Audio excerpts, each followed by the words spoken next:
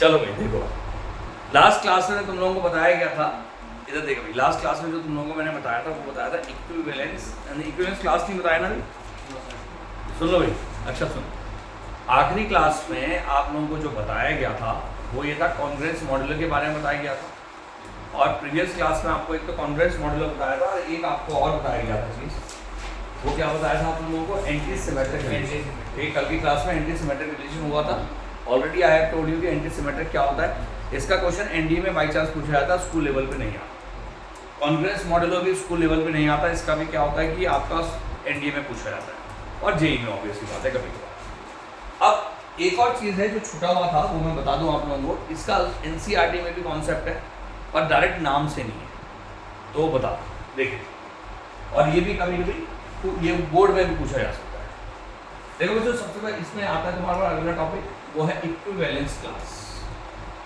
Equivalence class ये आपका अगला टॉपिक। तो अगर मान लीजिए मैं बात कर रहा हूँ इक्विवेलेंस क्लास अल्फा की, मान लीजिए इक्विवेलेंस क्लास अल्फा, तो मतलब अगर मान ले, मैंने तुझे कहा यार इक्विवेलेंस क्लास अल्फा है, तो अगर मान ले ये A to A कोई रिलेशन चल रहा है, तो अगर मान ले अल्फा, तो मुझे ये पता करना है कि अल्फा किस किस से रिलेटेड है।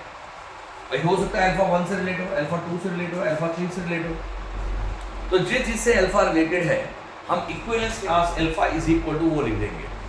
मतलब इस केस में अगर ये डायग्राम की मैं बात करूं तो इस केस में क्या हो रहा है, अल्फा किस से रिलेटेड है बताओ?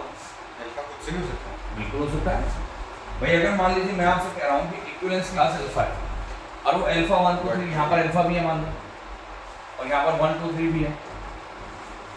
अब क्योंकि A to A चल रहा था ना, A to A चल रहा था, A to A चल रहा है और अल्फा 3 चीजों से रिलेटेड, तो हम लोग स्टेटमेंट क्या बोलेंगे? हम ये बोलेंगे भाई कि जो इक्विवेलेंस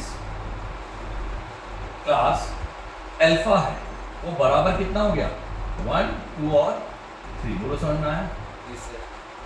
ये आपका equivalence class alpha is equal to 1 2 3। वो 1 से भी रिलेट हो सकता है, वो 2 से रिलेट हो सकता है, वो 3 से रिलेट हो सकता है। बात समझ में आ गई? That is called equivalence class alpha. एक क्वेश्चन है, मान ले अगर मैं आपसे मैं तो कह रहा हूं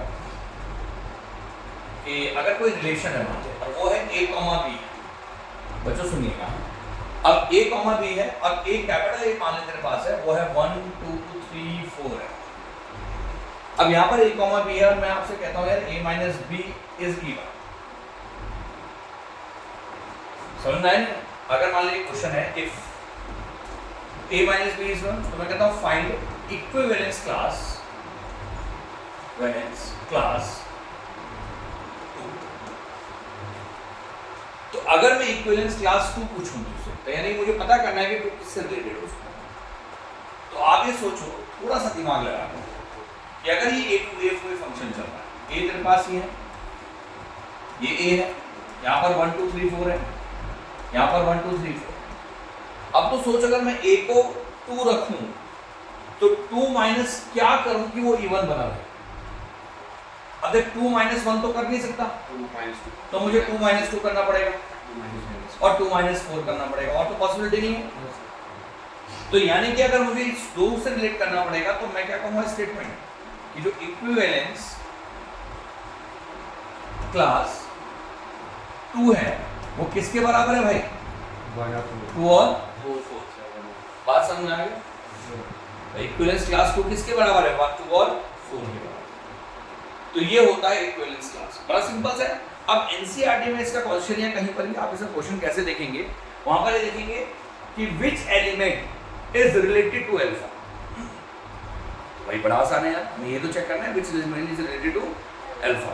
तो ये इक्विवेलेंस क्लास भी होता है। गॉट इट ना? तो ये रिलेशन टॉपिक आपका खत्म हो गया। इसमें सारे कैटेगरी में आपको बता चुका हूँ, लगभग सारे क्वेश्चन मैंने कराए हैं हर टाइप के, आपके डाउट्स भी बताए, ठीक है ना। अब जो भी आपको और भी डाउट्स होंगे तो आप मुझे बता सकते हैं, ठीक है।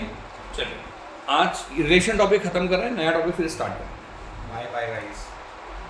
एक खुद अपने क्वेश्चंस को बच्चों तुम लोग कमेंट भी कर सकते हो, और जो भी तुम्हें डाउट्स होंगे तो मैं तुम्हें बता दूंगा, चाहे व्हाट्सएप में और चाहे इसी में रिप्लाई करिए। चलिए, थैंक यू।